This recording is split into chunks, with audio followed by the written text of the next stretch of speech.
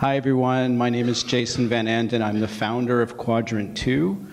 My company's been around about 5 years longer than the amazing students from Riverdale High School. That was amazing. We specialize in creating apps for social good. We work out of Civic Hall. We started doing apps for social good. In 2011, we created an app called I'm Getting Arrested. It was developed for Occupy Wall Street. It went viral. It was the first mobile panic button app. We followed that up with the first police video bystander app, Stop and Frisk Watch, for the New York Civil Liberties Union.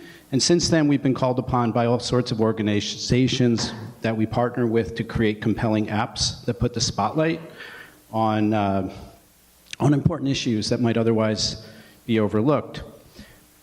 What I'd like to do today is demo a new app that we're going to preview an app that'll be available in a couple of weeks. And what I'd like to do is offer for you all to provide us some feedback. But the first thing I want to do is demo our new app, Giotto. So let me show you how it works, and then we'll go from there.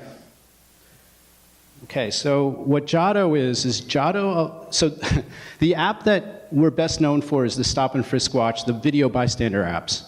What we did with Giotto is we created an app where everybody can instantly have the ability to document video and have it, instead of going to, let's say, a Facebook Live or Snapchat, right?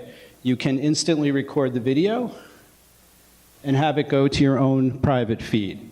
So what does this mean? This means that you own the video. The way that Giotto works is that a user signs up for Giotto, and they create a campaign that they can send a link to anybody that they want to crowdsource the documentation. What can it be used for? It can be used for documenting an event. So for instance, you're at Terminal 5 at JFK because Donald Trump has decided that he wants to shut down the ability for Muslims into the country. You send a link out to everybody, people document what's happening there, and you have somebody who's curating that feed directly from the Giotto console and sharing it to multiple social media channels simultaneously. Any number of the organizations that we've had up here could use this technology to easily create links that allow them to create testimonials in the case of voted. That's basically the app. What the app allows you to do is it has push notifications built in. You can send out a link. It instantly allows people to document and record video remotely off of the device instantly. Any questions? Yep, thanks. Well, okay, actually, let me just follow up with what we're looking for is feedback right now. Feedback, I will be hanging out after the event. I'd love to find out how people might want to use this technology, what they might find it useful for. Talk to me. We'll make it available to you to experiment with. Like I say, the technology will be available in a couple of weeks. So questions? There are questions for Quadrant 2. Right in the back middle.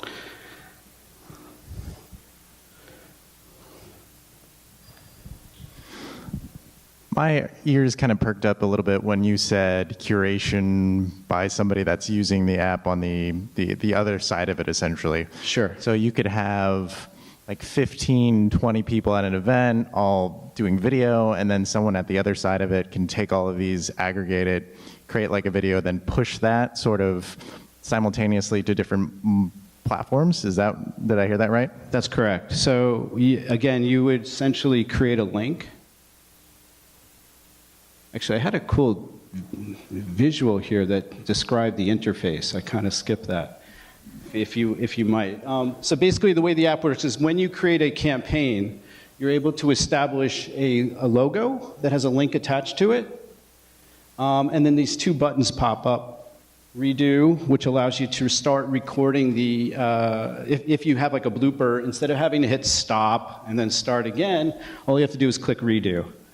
If you definitely don't want to share the video, you hit X and it doesn't. Otherwise, the videos are automatically sent instantly to the feed. So to answer your question, the way this would work is that you basically generate a deep link and you send it to whoever you want. You can post that deep link on Twitter. You can paste it. You could share it on Facebook. You can send it through email. You can put up a QR code. Whatever you want to do. What's nice about this is that rather than asking your users to hashtag you and possibly having that hashtag get hijacked or abused in some way, you can actually take those videos in through your private Giotto feed and share them on your channel, authenticating their point of origin. Or don't share them at all. Share them amongst your friends. You don't have to put them on social media. You don't have to give that content away. That was kind of leading to my next question. From a journalistic point of view, is this something that you're envisioning as sort of a ability to live report, to actually be part of the narrative when it comes to different events that are happening live? So that's a really great question. Citizen journalism, it's like an ideal use case. If you wanted to document two different sides to a story, you could create two different campaigns, send those links out, and get two different perspectives simultaneously. Our interface allows you to filter and curate based on the campaigns you've sent. Okay, so again, all you have to do is send out the link. You can say, I don't know, if you're on the Palestinian side of the border or the Israeli side of the border, document what you're seeing, and then we can take that live feed and determine how to put together a story that tells both stories, both sides of the story. Next question. Right up front. Yeah. I think that's you.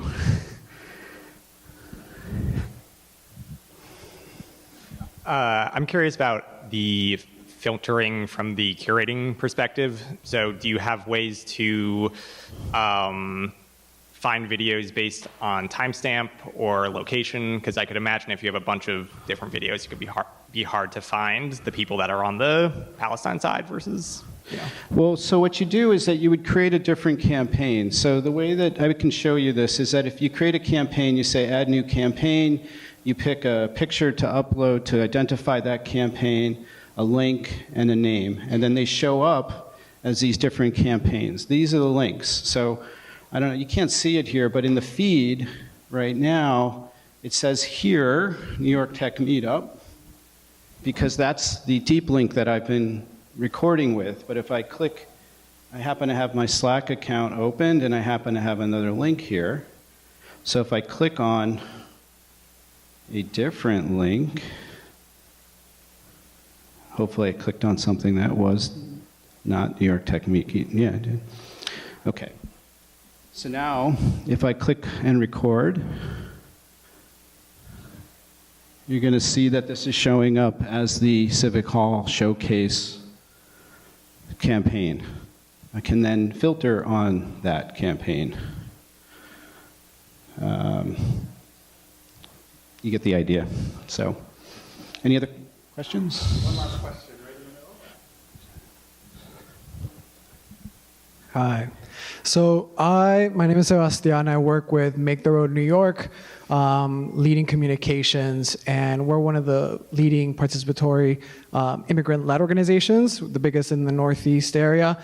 And I can obviously, the uses for this are just endless for us in the community and incredible for events. I'm wondering, this happens to us at protests and things where, there's large demonstrations, especially here in Manhattan, where you suddenly lose access to cell phone, being able to send videos and that kind of thing. We run into those issues all the time. I'm wondering if that's already been thought about when there's big demonstrations, and whether, systems like, Fire Chat, where you use maybe Bluetooth to send, to bounce things, whether that's an idea or what you're thinking. Well, we're not using a mesh network yet, but this is the same technology that we've developed for various organizations that need to document video in situations where the bandwidth is unknown. And so the technology is built in such a way that if the internet's available, it live streams off the device and stores it remotely. It keeps a copy on the phone so that you can share it, but it moves the video off the phone as quickly as possible to ensure that any evidence that's captured is off the device. Okay, if there's no ability to access the internet at that time, It stores the video locally and has a system that will allow it to upload the videos in series once it has access to the internet again. We have settings built in that will ensure that if you only want to stream or send on Wi-Fi, it'll do that in cases where the cost of bandwidth is a concern. Great, thanks all.